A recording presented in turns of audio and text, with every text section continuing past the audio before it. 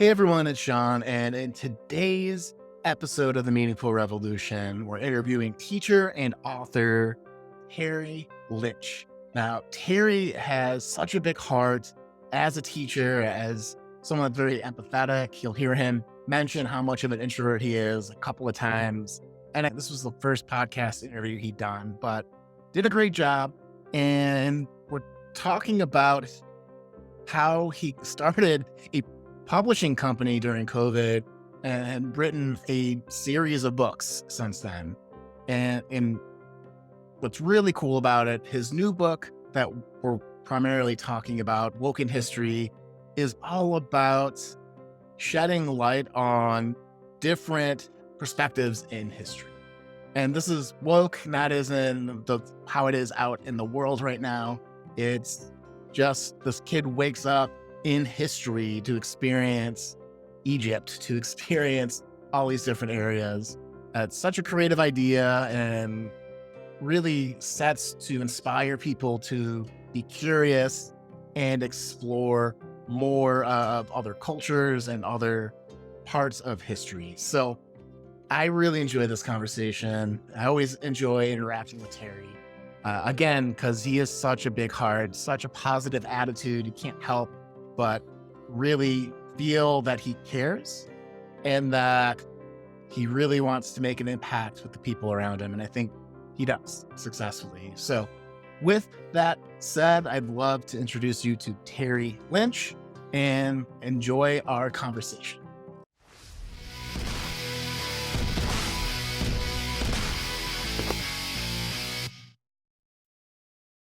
Hey everyone, welcome to the Meaningful Revolution podcast. And today's guest is a family friend, a really great guy, an educator, and an author of a bunch of books, but one in particular we're going to be talking about today. I'd love to introduce you to my good friend, Terry Lynch. Hey Terry, how's it going, man? Hey, America, how you doing? How you doing, Sean? Thank you so much for bringing me on. I truly appreciate it.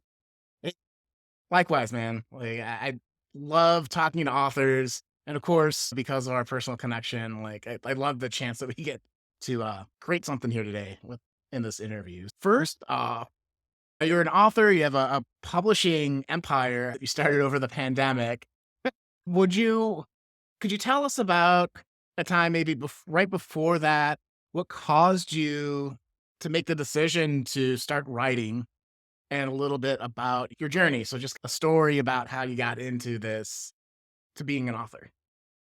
As I told you before, and we had this conversation with Mr. Lyers and everybody else that I've talked to, this was not planned whatsoever. The plan for me was to go to school, to be a lawyer, to prosecute people, make them cry, make tons of money. That was the plan. And then I ended up graduating with a history degree, a minor communications degree as a law. And then with that, I ended up going away to doing the whole corporate thing, hated it. Owned my own restaurant in Florida, which was a Caribbean Italian restaurant. Trying to understand that. I'm actually born from the Caribbean, and I was born from a small island called Montserrat. Most of my cousins have dreads. So imagine all of us in the kitchen making your pizza or making your lasagna or your stromboli, and we're just there twirling pizzas and doing things like that. And then I ended up selling that, coming back up to Boston where I grew up, and Mattapan. Had to give you a shout out, Mattapan in Boston. And then I ended up going in for a substitute position, and I went in that day and absolutely loved it. And just after that, became a teacher. It's funny because I have colleagues who told me that you have this way of being able to reach kids who don't want to reach. And I'm just like, okay. I downplay a lot of the things that I've done in my life. If you would have told me that I would have already done corporate America, that I've already hold my own business in the food industry, if you told me that I would have been a successful author or publisher or anything like that, I would have told you no. But as I dealt with more kids with learning disabilities, ADHD or hard time reading or disabilities or anything like that, I felt to them because I can remember when I was in high school and I had this huge problem with being able to concentrate and things like that. I take from the way that I'd want to be taught, and how I was able to reach a lot of kids, not knowing that in my early 40s, I was diagnosed with ADHD. I never knew that I had a learning disability. from all those years. That was just me just figuring out different ways to just like cope and figure it out. But there was no one there to just be like, hey, why don't you do it this way or do it that way? So now the way that I teach that way on how I'd want to be taught, because my attention span is horrible. And I'll be the first person to tell you, and I apologize to everybody for that. I've told my students that my attention span is horrible, and they laugh all the time. The more that I worked with kids, the more I was just like, oh, I know for me, like, why don't you do it this way? And we broke down different ways that you could read something or how you can outline something or different things to edit. And then history was my major in college because I just loved knowing about history. I think it's just some of the coolest thing to hear about. When you think about it, I used to tell my students, I was like, think about King Henry VIII, just thinking about outfits that they wore and how they were able to do this and that. That's gangster. It was just, yeah.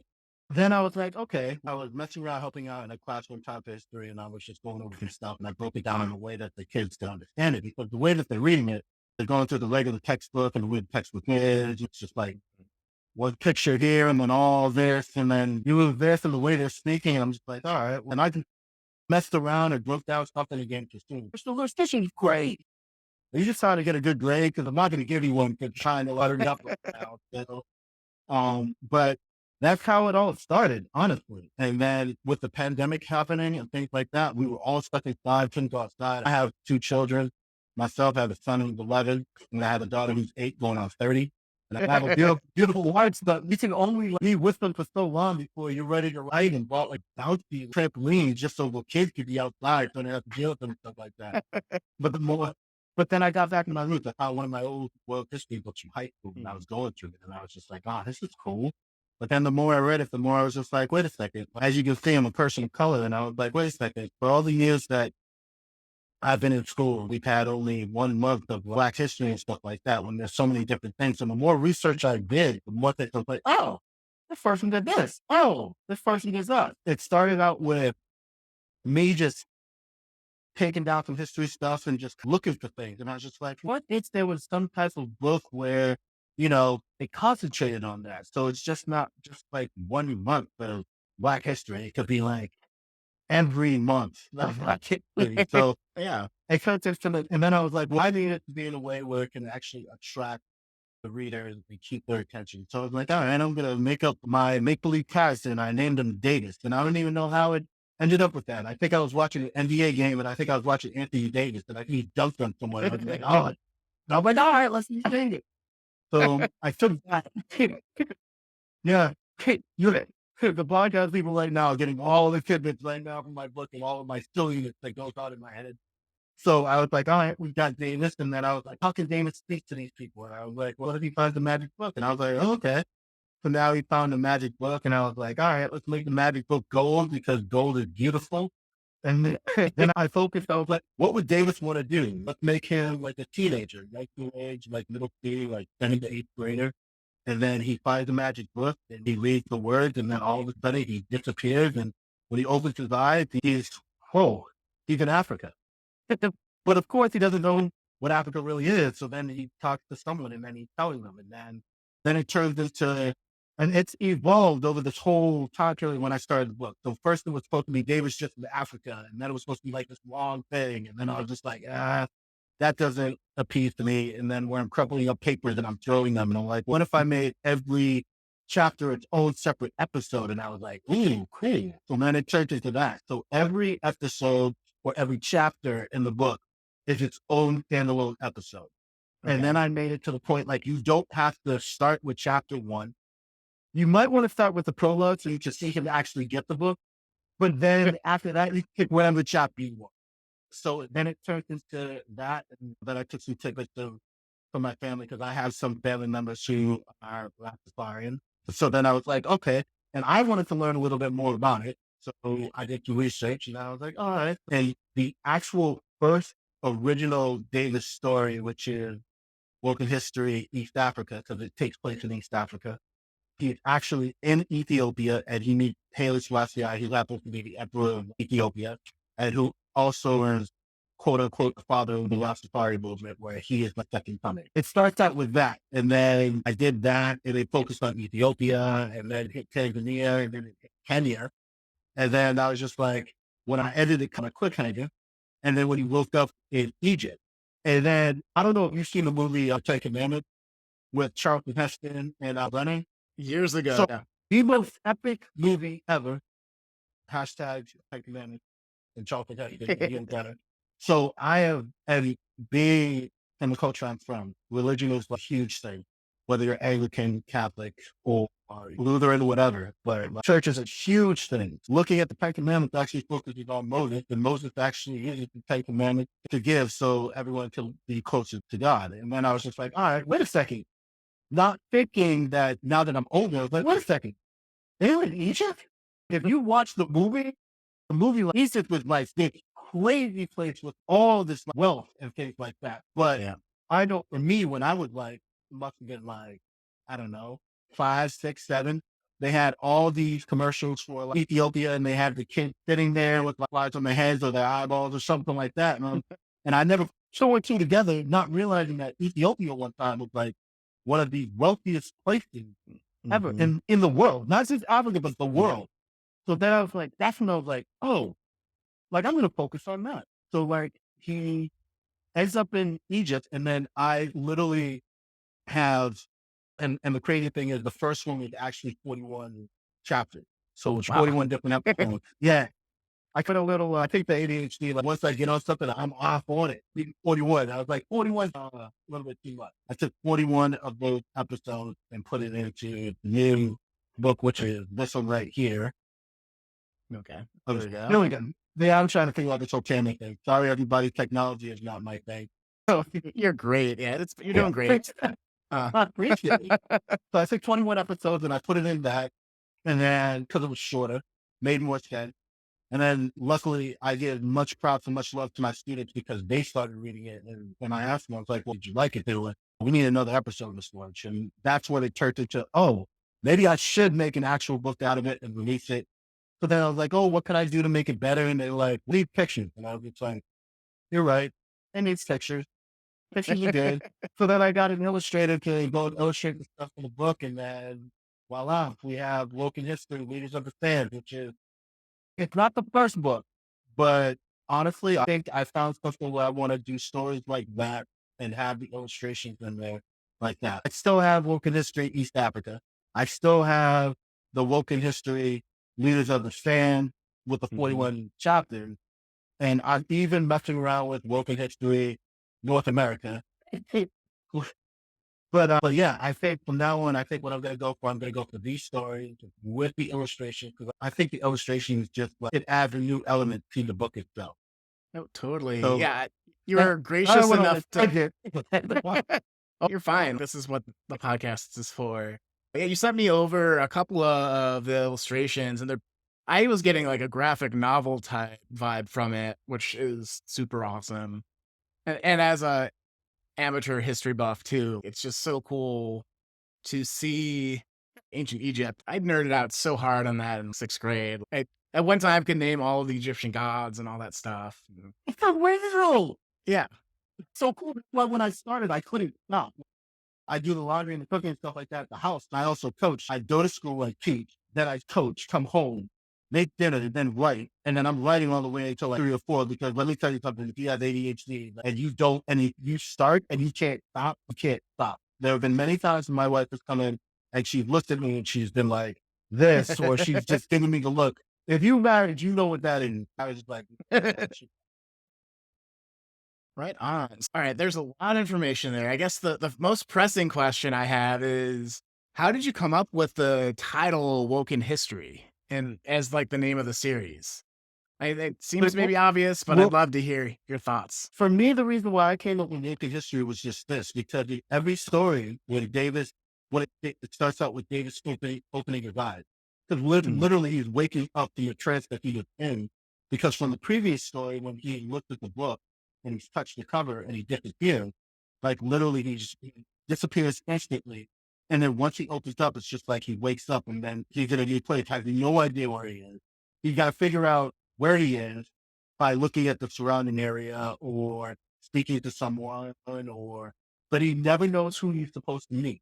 And that's the beauty thing about it. I am tinkering around with one episode where when I hit different parts of the world, like he just wakes up and he gets to meet Genghis Khan or something like that, just out of nowhere, not knowing who it is, but that's how the story, that's how you get it. Because for me, I wanted it to be like, okay, what if I didn't know anything of this Mhm. topic? So the reason I have it is basically you as the reader are David. You're sitting there and you're trying to figure out, okay, let me do 20 questions to figure out where I am. What did you do? Why are you so important that I'm in front of you right now? And then with that, with David being a young man, he's got to learn to be polite, understand that if he speaks to a monarch in a certain way, there could be consequences. And I kept it pretty PG for now. Besides this, when he gets older and gets into the other series, which I'm going to do, which is going to take around with America and the Civil War and slavery and things like that. Yeah, there might be some stuff where it's like, yeah, but if you look at the generation now, some of the things they're watching now, it's like nothing compared to what they're about to see. That's the next step. Okay. Right on. I love that. So the question now that I think is maybe interesting because maybe you've thought about this or maybe not, but I know that out in the culture now, the word woke Hmm. is this weird like lightning rod in a lot of Yeah, ways. yeah. Did you think about that when naming your book, or was it just you just following the idea? Just I just, to tell you the honest truth, Sean, that was not my cool. that was not what I was trying to do. And the reason why I wasn't trying to do this, when I first came up with this idea, the idea that came up literally during the pandemic, before everything really took off with everything. So I had that whole thing of, because just I was just thinking, oh, okay, he wakes up. And I was thinking past tense because he woke up at that moment. And Yeah. then as it goes on, that's what I was thinking. I'm toying around with maybe even changing the name to Awaking to History or Waking Up to History. I don't know, but it's something that I came up with years ago before the whole woke movement happened. Yeah. Okay. I don't want to be known as like some champion for something like, for a cause like that, which I think is an amazing cause because I think it is. But my whole purpose for when I came up with the title was just because I was just like, okay, like he just woke up in front of King. And then that's when I was like, oh, okay. And that's how I came up with the title, literally. And then now looking at it as things have evolved in our society right now, which is so crazy to think that we're in a day and age that this is going on in 2023, about to be 2024 in a few months, which is shocking. Same here. Yeah, with all the weird book bannings on ideology and stuff. That's got to be, as an author, something you're at least concerned about, I imagine. And like the impacts of that.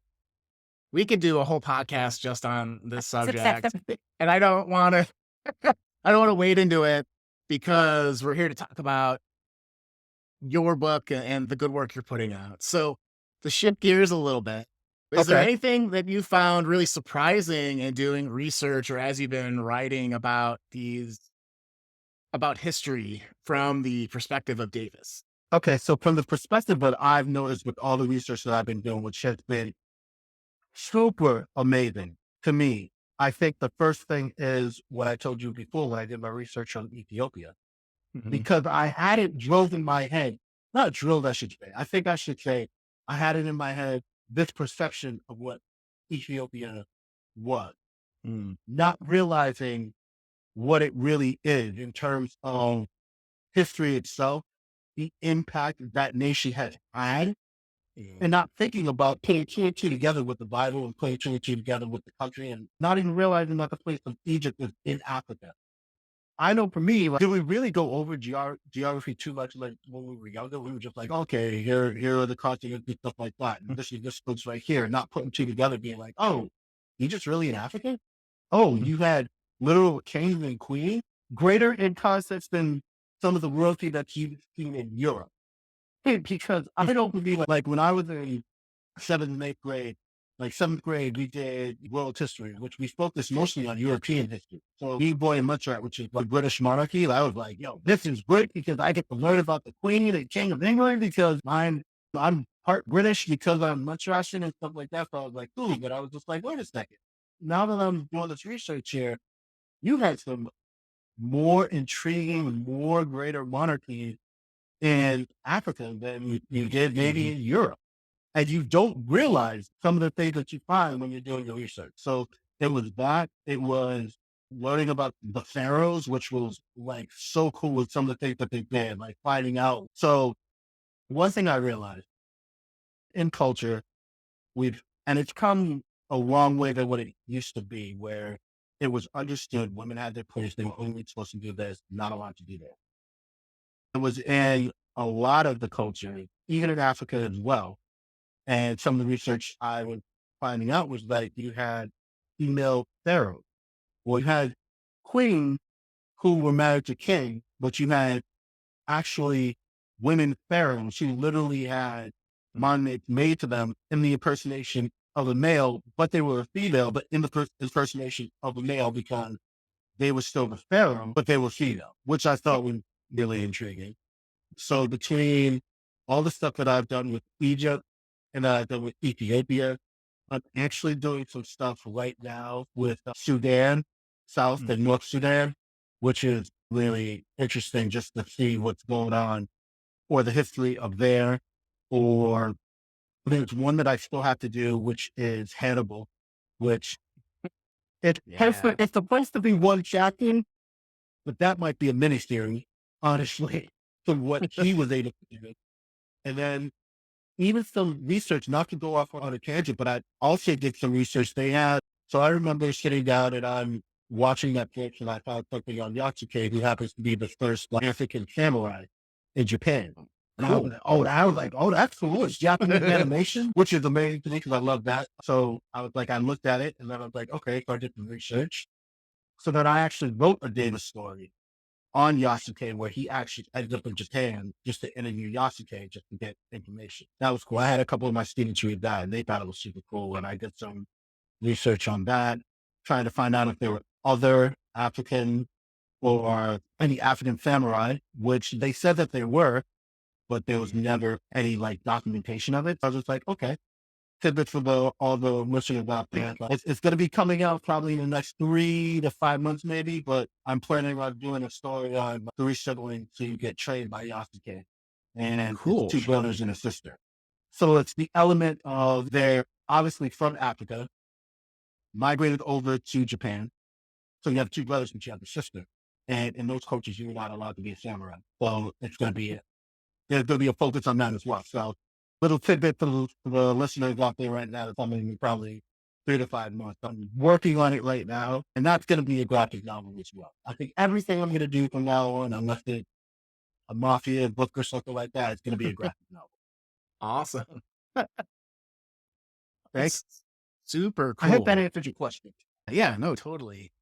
I'm not sure if this is going to be a fruitful area to explore or if we want to Yeah. focus on this, but I'm curious. Like for me, I really got into history in middle school because Hmm. there's a book in our library that was all about the conquistadors and how terrible they were to people, Right. like tying people up the poles, lighting their feet on fire, trying to tell me where the gold is, basic kind of crazy, terrible Cortez type stuff.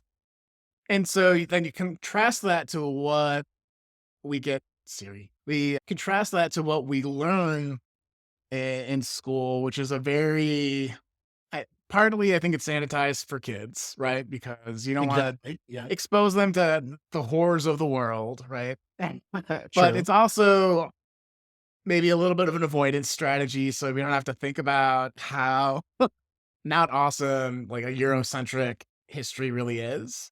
Because, yeah, it's great for the Europeans. It's not so great for a lot of almost everyone that they meet out in the world, in my personal research on it. So when we talk about like the history of Africa, which doesn't get highlighted enough, we learn about Egypt, you learn about Carthage because in relations, all of it in relations to like ancient Rome, right? Look, As a teacher, how do I want to phrase this?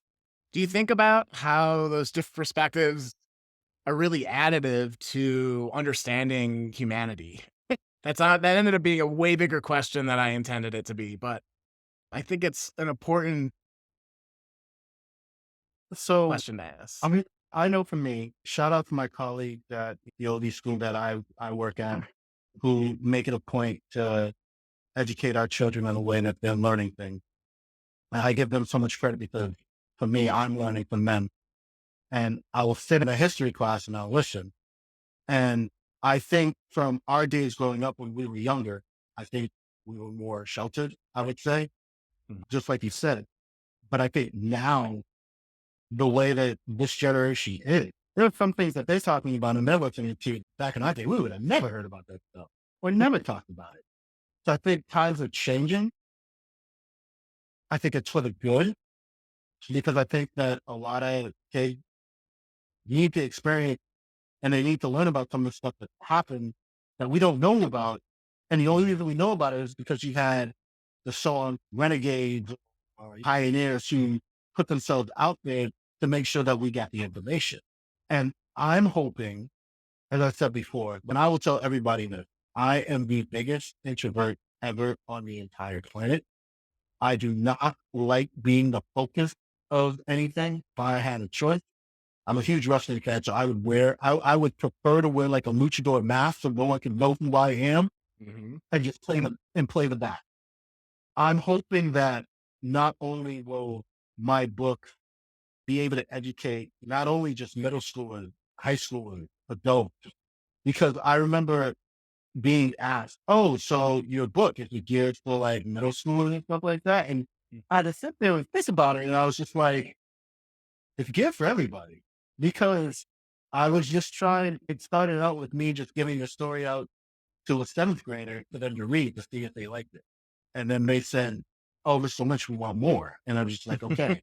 And then somehow a fifth grader and a fourth grader, because their siblings to those same kids saw it and they were like, "This is really good. Can we get more?" And I was like, okay. But then with the relationship that I've made with some of my past students where they're college students, or they graduated from college, or they're getting their master's degrees, or they're in the real world. And I still stay in touch with a lot of my students. Like they still, That's out of the cool. blue, I remember one time I'm driving home from Boston to the Cape or something like that. And I literally was on a 5-way call with students that I had 8 years ago. And they were like, I'm like, "What are you guys doing calling me?" They're like, "We just wanted to just see how you were doing and just for us to give you a check-in, just to see how we're doing." And I was just like, "Okay." And then I reached out to them and let them know what I was doing. And they read some of the stuff and they were like, "This is really great stuff." Yeah. So for me, I think my story, I think hopefully it touches like everybody and it can help anyone, no matter what Mhm. age or anything like that. And I think that's my goal of the books. I want the books to be able to, and I hate to say it, but there's some truth out there that we don't want to acknowledge that are out there. But if my books are able to bring out some of those truths in a way that the kids can actually learn from them to be better people, because that's all I really want, then I've done my job. And something I have to share. I didn't get into teaching for the money. I didn't get in for, I didn't get into writing books for the money. Writing the books, believe it or not, is a stress relief for me.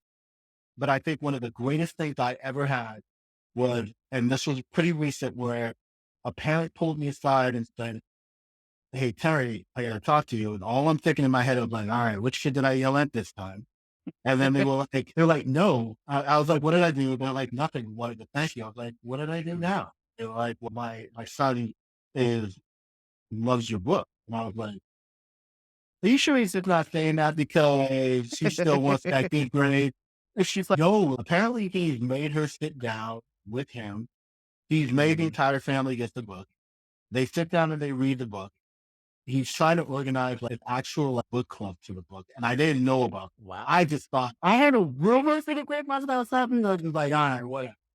But apparently, as she was like basically to get for my son to actually be able to enjoy reading, you don't even understand how much I am appreciative of that. And to hear that, Sean, that made my entire day, my week, my month, my year. I was like the happiest person ever. To be able to hear that like, a young man or a young woman is reading something that I wrote and Mhm. they're actually reading and they enjoy it, that's why I got into teaching.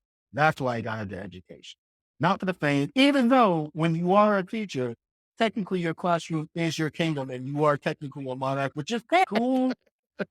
But that's why a lot of us got into it. We got into it for the fact that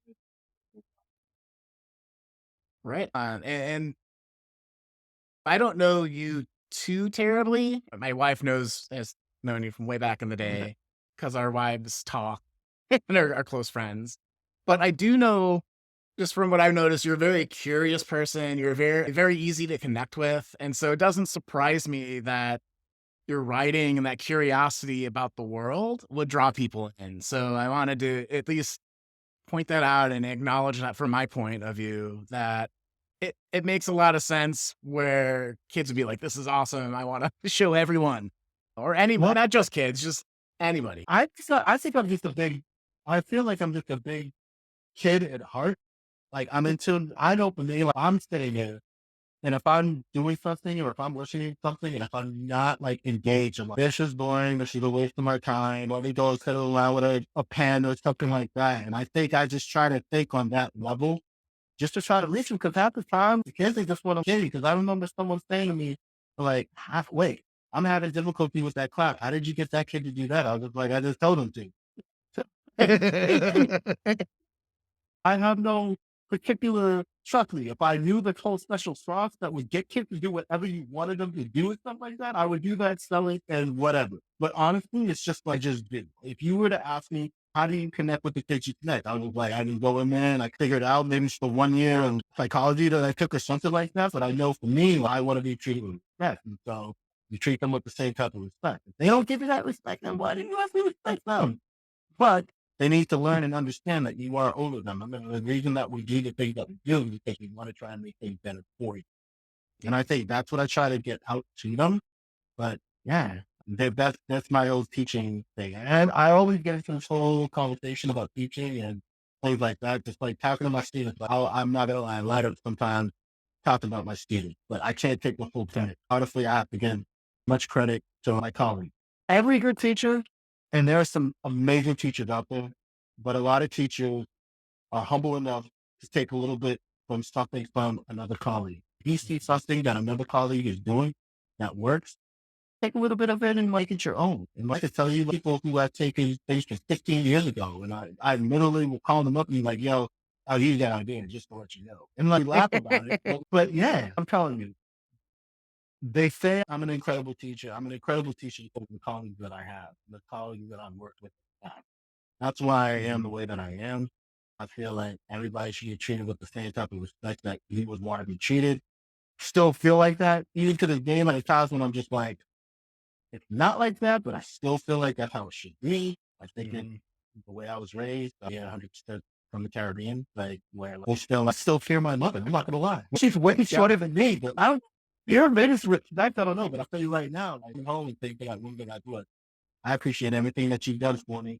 And now I understand why you told me not to do it. It take me on at my own case, being older, to think like that. But I just have to go and give like a shout out to John and Roselle Lynch for making me how I am and the rest of the family clique that has made me the way I am. And my aunts, my uncles, my cousins, my brother, my sister, everything like that. I am the way I am because of the people that I've been around and the friends that I've made as well, including your wife and yourself.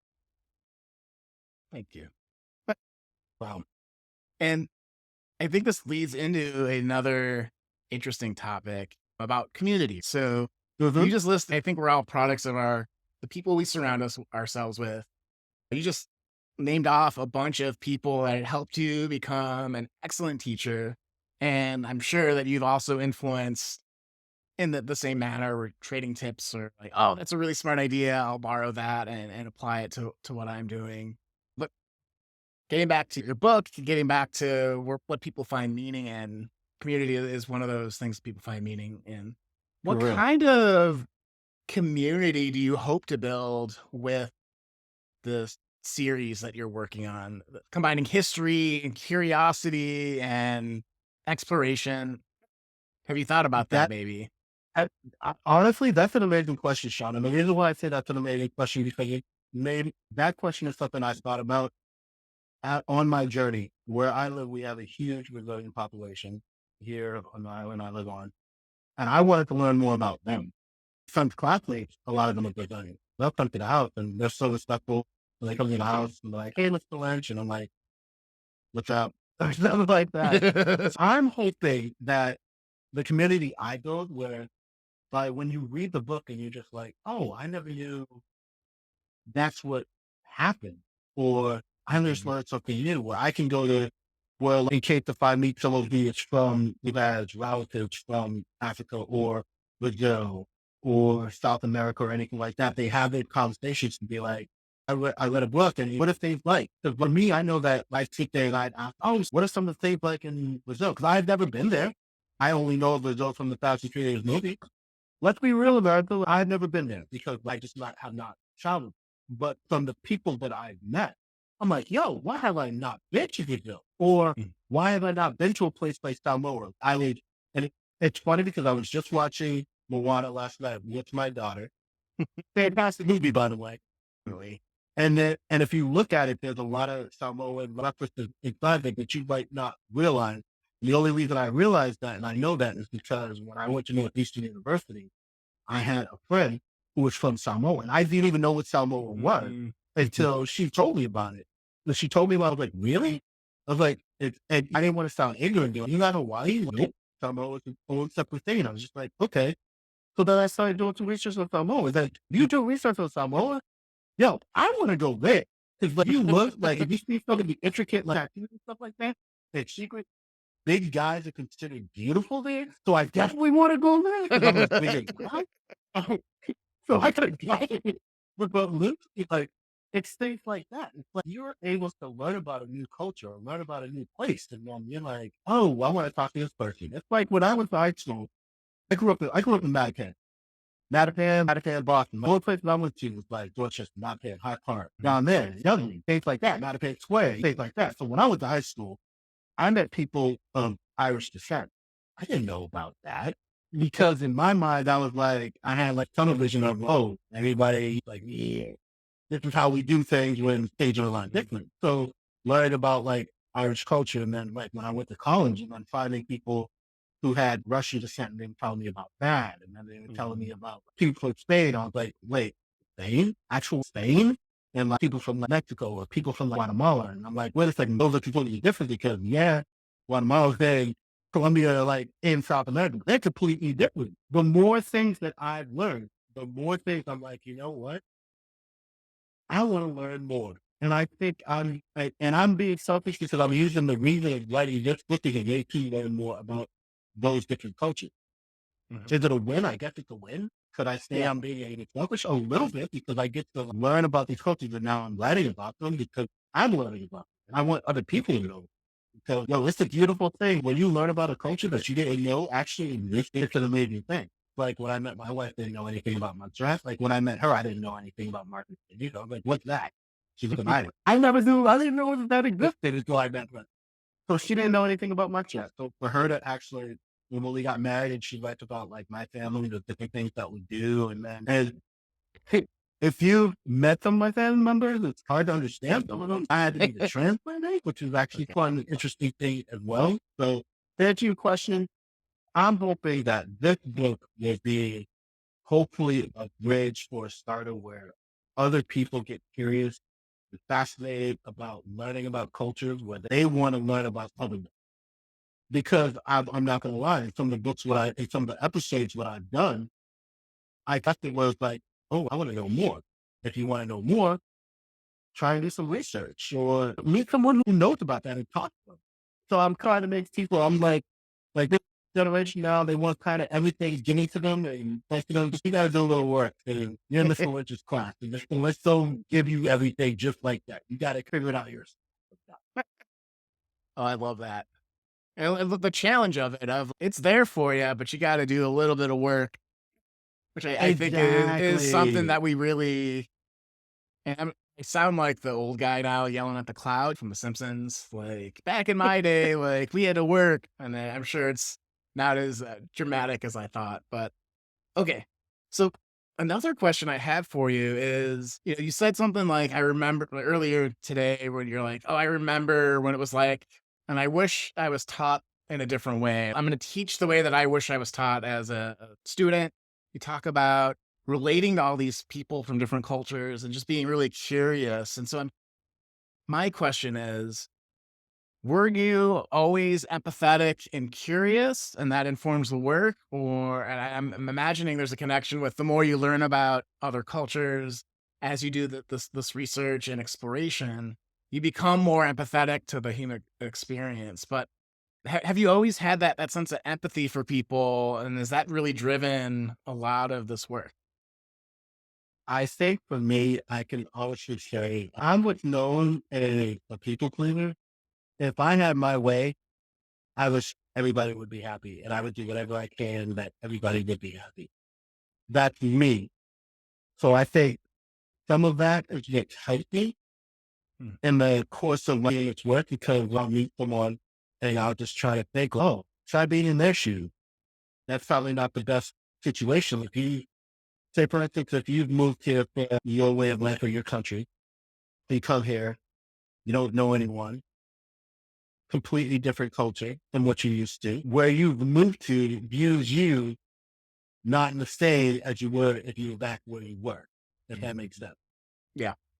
So I try to think like that. And I try to think, okay, let me try the issue a lot of the time. Mm. But I also feel like sometimes if you have a closed minded thought on something, I think it's the job of someone who is empathetic of that situation. You try to make that person realize, hey, why don't you try to think and come from that point of view of where they're talking? So I would say, like me, I've always been in the, I've always been a people person and a people pleaser.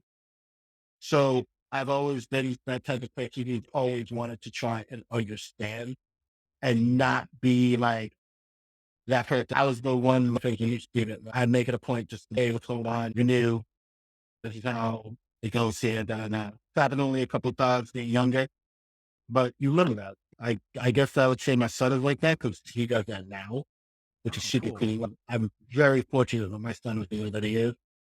But yeah, I also think Sean, like everybody loved everybody else more, then there'd be less things to worry about.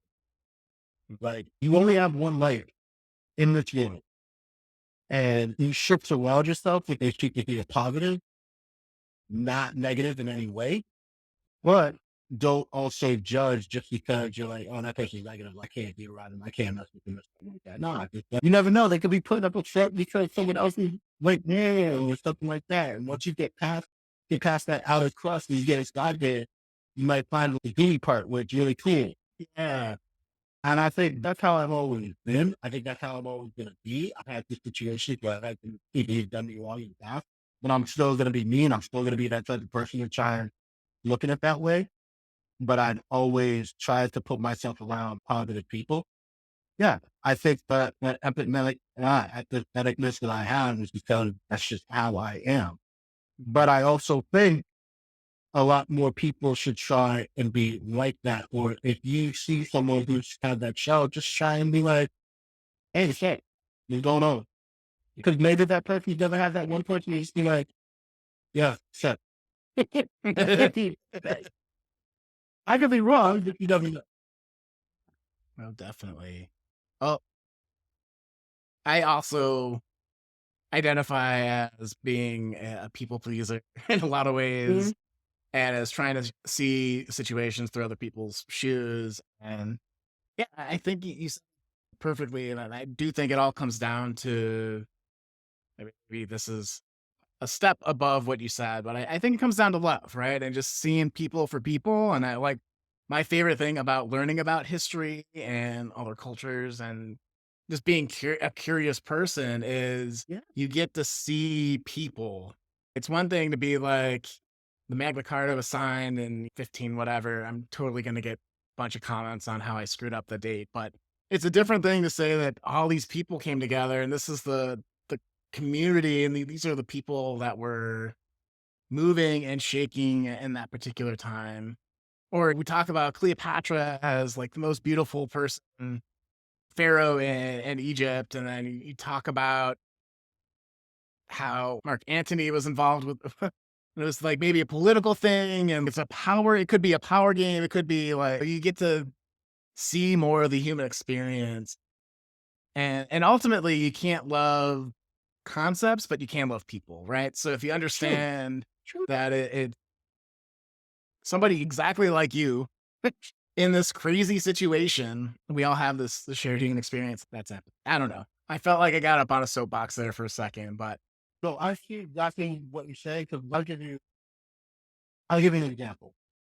And back to my little Samoa thing. Like when you see some of the cultures like in Samoa, if they're, I think it's called, I forgot the name of it. It's a type of war call. They do it during funeral. They do it when someone's retiring. It's just a different type of war chant. I forget the name of it. I just don't want to say the wrong name because I don't want to be disrespectful.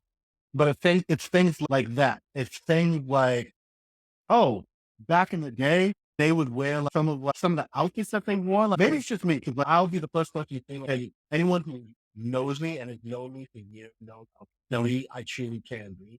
Like some of the outfits that they wore back in the day were just dope. I don't know why Kanye or someone else hasn't brought them back yet.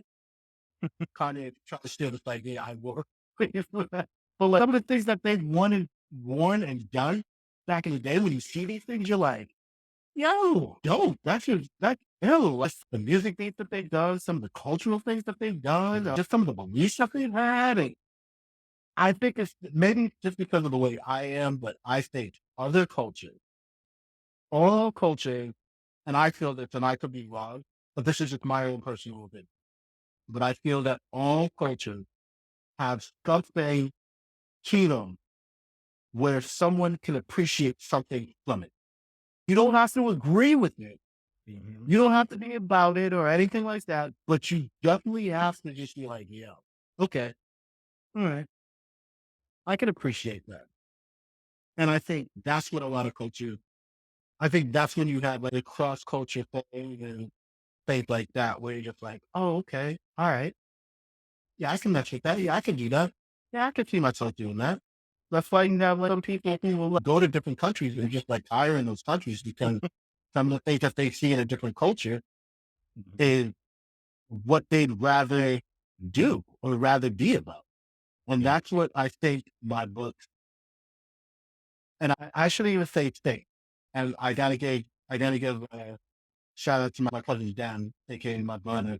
He basically said to me, never say think, just always play. And Mm, honestly, my book, when you look at some of the things, and I would quote, and I would want it to make you think, oh, wow, if it's like that, culture like that. Okay, I never thought of it like that.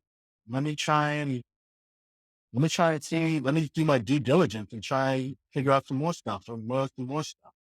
And that's just basically how it is. And just when you said about the whole thing about Steve Patrick, like some of the history stuff that I've found out about her. Hmm. Oh yeah, oh yeah. That's in another book later. we'll talk maybe offline about that a bit more. Before we start wrapping up, Terry, it's Hmm. evident as we're talking about the book and these ideas, how animated and how passionate you are. Since this is a podcast called The Meaningful Revolution, and we talked about how the pandemic spurred you into writing and kind of just falling in and loving it. And it seems like what I've noticed, and maybe you could agree with this or not, that you've taken a lot of the things that you really were interested in and really fired you up and have combined them like with the books. You're teaching history, you're exploring and being curious, you're sharing your little messages of wisdom because I've heard a couple of them. I have have to go through my notes again to pull out off the top of my head after an hour of talking. But is there what's the question? So what do you think has been the most rewarding part of combining all of these different things and actually doing it, right? Because so many people out there, I want to write a book, I want to start a business, I want to start a nonprofit, I want to cure world hunger or solve cancer, or I just want to raise kids that are good people. If you've actually have made the decision and have been working in it, what do you think has been the biggest feeling behind just finding your thing and getting after it? I have to say, like, from everything that you just said about all those examples, I think I've done all those things with some pure world hunger. Um, that's gonna be the next step, hopefully. But I know for me, doing this process has been the best process ever. If you had asked me years ago, actually, if you'd asked me 20 years ago if I'd be a published author, a successful author, I would have told you no. And not even 20 years ago, let's go even, I don't know, when I started this, 2019. So if you even go like 4 years ago, like Mm, when I started the process really, because like I had everything written down, but I never mm, really went through forced into it until the pandemic, which I have to be thankful for that because that's what forced me to do it. But when this whole process started for me becoming an author, so if you want to be an author, you can be an author. mm, Don't ever let someone tell you that you can't do something because all that's going to do is make me want to do it more. That's just how I'm built. Not everyone's built like that. But the way I became an author is this. And I have to say, my daughter, AKA the princess, I asked her, like, you do want daddy to read your story? And she was like, yeah, sure. I was like, do you have anything you want me to read? No, not really. I was like, oh, all right. So she and I came up with this story about Sunny the Sun and Cloudy the Cloud. There, it's two opposites who become friends. And that's how it started. But then I was like, you know what, for a present for her, let me get some pictures done and let me go about what it costs, what entails for it to be published. And that's when I found out that when you're a publisher, the royalties for your books, you really don't make really anything of it. And I know for me being a Capricorn, and I don't like anyone to go in any of my stuff because I'm like that because I'm an only child. But I'm only child. So I listened to what it would be like to start my own self-publishing company. So what I did was, and I think this is something that we ain't really talked about, because this might even shock you. I started my own self-publishing company, Here Publishing LLC. So I control everything. I am the mm, CEO. I am the writer. I am the editor. I do everything. Or what I do is I go through everything and I'll send it off to someone else to actually edit some more just to make sure if I made any mistakes, because even I am not perfect and I've realized that. So I started my own self-publishing company. So all my books are all controlled by me. So if someone like me could do something like that, anyone can. mm. So I tell anybody, if they tell you can't do something in this day and age, in the type of society we're in right now, the type of technology we have, I can't attest to that because I'm horrible in technology because we did cloud shit. We had a hard time figuring that out. But if you can figure it out, you can figure it out. If you want it bad enough. Secretly, and for all the people on here, the next thing I'm working on is I looked at the stories and I have the pictures and stuff like that. And I wanted to reach out to my students and reach out to any other readers. And I was like, what would it take for me to turn it into an animated type of series type thing? They've got all the AI stuff and things like that. It's not going to be like, it's not going to be like He-Man, Masters of the Universe, and G.I. Joe and Transformers from back in the day. But it will be the animated pictures that you see inside this book right here. And sorry, camera. And it'll be moving around and different things like that. There'll be audio and things like that. So that's the next step. I don't know if I answered the question. I feel like I went off on a tangent, but I'm trying to just let everybody know that there's something that you're passionate about. And if you not even think, because don't say you think you can do something. You can do it. It's if you want it bad enough.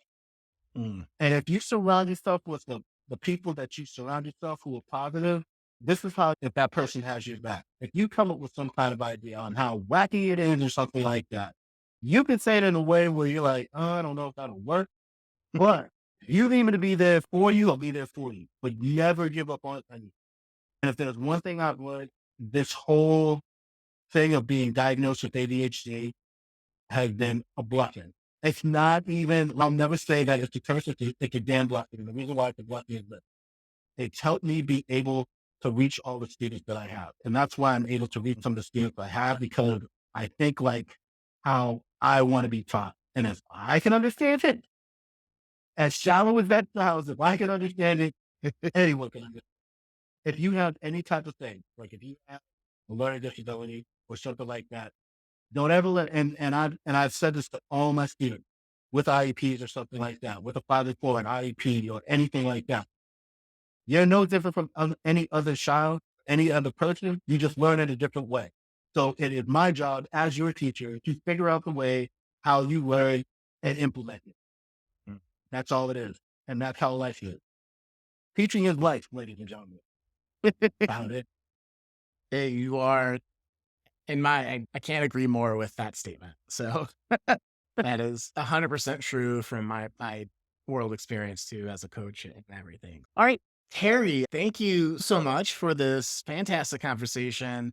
Where can the good folks go to find out about your current books, your future books, the animated series, anything that's going on in your world? What's the best way for people to reach out to you? So the best way to reach out to me, honestly, like a lot of my books right now are actually on Amazon.com right now. I just look under Terrence Lynch, which is Terrance, Lynch, Lynch. Or if you go to my actual website, which is pierrepontine.com, that's PIEREPONTEN.com, I'll you'll put it in actually the see show the notes. you'll see an entire list of all the books that I actually have written, because it's not just the history books I've written. I've also done, I have not even a mafia book. It's called The Baldwins, and like it's based on like my family. And basically it's just a more positive outlook on a family of a West Indian family that is actually creating their own LLC in a positive way, where they're not drug dealers or anything like that. Mm. They did everything the right way, but the antagonist in the book that they have to go against is of the criminal element. But there's different books like that. I've got everything on there. It's crazy how many books that I've actually done. And I have a horror series on there now because of my students, because they wanted me to write a horror book. So I have a couple horror books in there as well. But you can find everything on Amazon.com, or go to pierrepontine.com, because I'm going to start putting more stuff on there. As I told you before, I'm working on that animated stuff. And honestly, like, if you guys have any suggestions or anything like that, there's my email address, which is pierrepontine@gmail.com. If you want to send out just like something just to like give me ideas or something like that, or something you'd like to see, or something for me to work on, things like that, that would be excellent. And I have something that I'm working on. I just completed a grant. I wrote a grant that's going to allow me to hopefully travel and interview and document like some more different cultures, and then write them into different stories so other people can see them. And the reason I did that is because for me being from Montserrat, like all the elders from Montserrat are actually passing away. So I want to get that information up to my generation and the next generation, so it's out there. So that's something we're working on right now. Awesome. Can't believe I said we like a team or something like that. It's just me. That'd be a little bit cool when you say we. Just a few things working on. And Sean, like, thank you so much for having me on the podcast. I hope we can do this again, just to talk about something different or something Yeah. like that. We'll have it collab. Hopefully, me being on here has boosted the rating. And I'd love to do like special appearances just to say hi or something like that. That would require me to come out to California, which I have no problems with. Wait, do I have to bring a show? It's a secret Yeah, between you and yeah. me. Ashley's definitely not listening right now, so it's our secret. I'm sure my son's somewhere around here, so it's probably so long, but yeah. But look, Sean, thank you so much. I've been listening to some of the stuff that you got, and everybody start checking out Sean from the Sean stuff. He's a wonderful, human being that's doing something that's needed in this world. To anybody out there who feels down or something like that, reach out to a friend, listen to Sean. Sean's just doing positive things, Sean. But I can't even hype you up enough more than I have, because like, just some of the stuff that you've done has just been like amazing. So I have to say thank you. Thank you. It means a lot, man. And so with that, everyone, with mission and purpose, get out there, put your positive out in the world, find your thing, write your books, start your businesses, whatever you got to do. Terry, again, thank you so much for being on. And yeah, we'd love to have you back. And when you get your next series out or whatnot, let us know and we can talk about that. I think people would really love it. I would really love it. Definitely. And that's Sounds amazing. cool. All right, with that, we'll see you guys on the next episode of the Meaningful Revolution podcast. Much love and many blessings, everyone.